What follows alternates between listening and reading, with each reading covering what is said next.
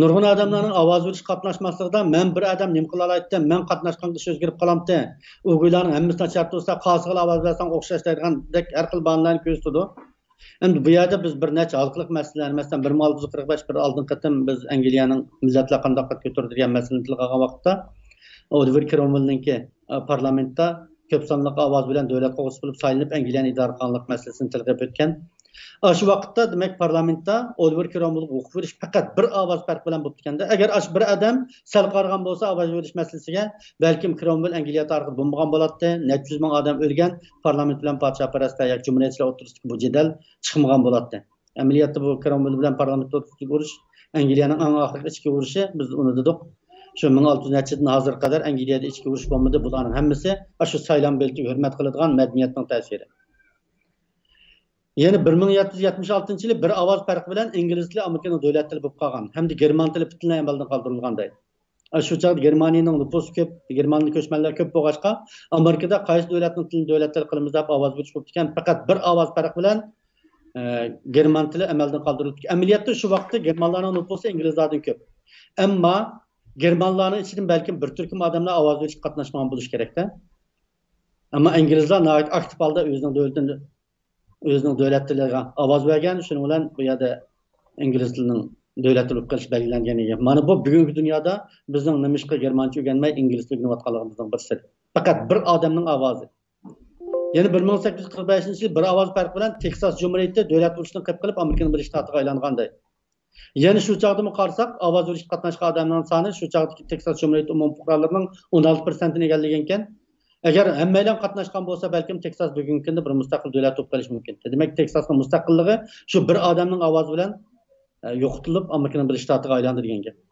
Yani 1875 yıl bir avaz farkı bilen Fransiyada podshohlik tizimi tiklandi deydi. Eğer şu bir adam şu kuni voz kechgan bo'lsa yoki bormagan bo'lsa ovoz bergilichi, balkim Fransiyaning podshohlik tizimi hozirga qadar davomlashgan bo'ladi.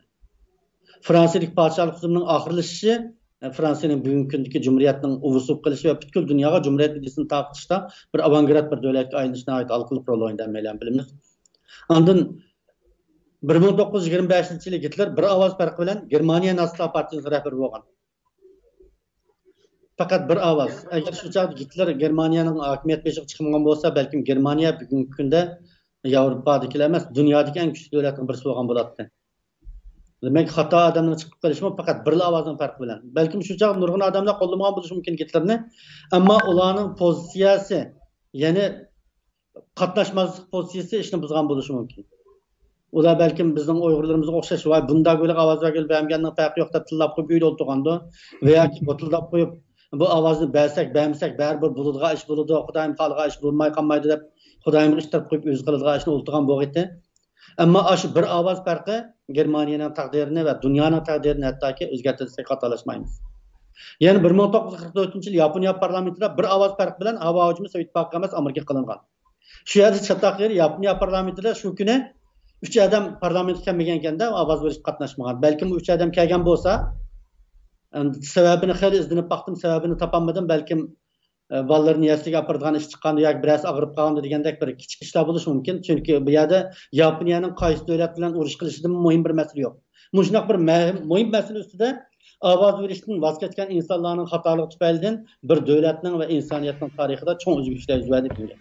Şu ameliyatda chet elda yashayotgan har bir Uyg'ur vatanda Xitoylar bizga bermagan bu bir ovoz berishni iborat bu bir siyosiy huquqni, saylan belgidan iborat bu huquqni yaxshi foydalanishimiz, yaxshi joriy qildirishimiz kerak edi.